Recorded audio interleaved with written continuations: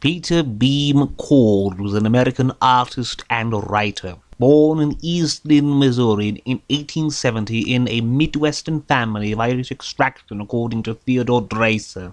The son of a Catholic American-Irish lawyer, he was one of 5 children. The town of his birth was apparently so cut off from civilization that it was not until a long way into his childhood when it was first connected to the rail line. He was a noted watercolorist towards the end of his life, working as an artist for the Globe Democrat between 1891 and 1898, then becoming a cartoonist for the North American, and finally serving as staff artist on the New York Evening News from 1900 to his death in 1908.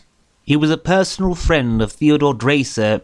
See the caricature of Dreiser he drew in traditional Japanese style, and was apparently the inspiration for the story Convention. Dreiser also wrote the character portrait of McCord titled Peter in 12 Men and published it in 1919. Dreiser describes his impression of McCord upon his first meeting: short, stocky, and yet quick and even jerky in his manner, with a bushy, tramp-like get-up of hair and beard, most swiftly and astonishingly disposed of at times, only to be regrown at others, and always, and intentionally, I am sure, most amusing to contemplate. His interests included, among others, Old Egypt, ancient pre-Christian religions, ethnology, geology, and astronomy. Dreiser describes his fascination with the ancient world.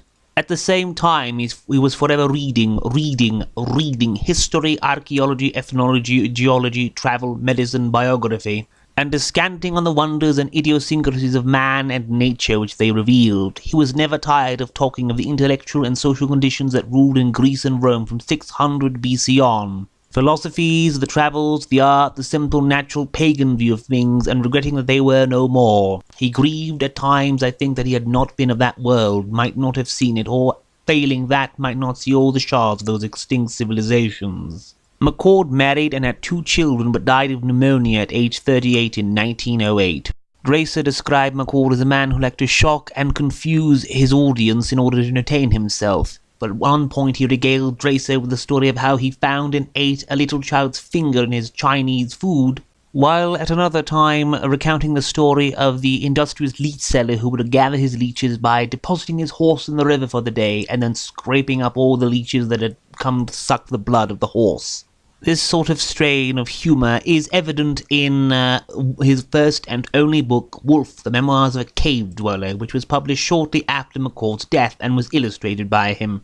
It was his only book, which seems unbelievable to me given the quality of the writing. McCord's prose does not have any of the clumsiness one would expect and even forgive for a first-time author when he tries to exhibit his work. Not only that, but both halves of the book are written competently, the first part not being a mere clumsy segue into the second and standing quite naturally on its own. The first part deals with the family history of the fictional author/presenter of the second part, which is the meat of the book, including the coming and settling down of his grandparents in a remote but sparsely settled area of the rugged frontier of the United States in the late years of the first half of the 19th century. The author's grandfather meets and befriends a Jesuit priest who, after many years of their acquaintance, when death is at his door, bestows into their keeping a mysterious packet which he means to give to his nephew Honoré, and assures that, though to find Honoré the world would have to be searched over, he will no doubt come to claim his inheritance, as he always knew the priest meant it all for him. After he dies, many years pass until eventually the author's grandmother grants him the package on her deathbed, still unopened, bidding him to wait for several months until he opens it to have a taste of what it was to keep it sealed for 50 years.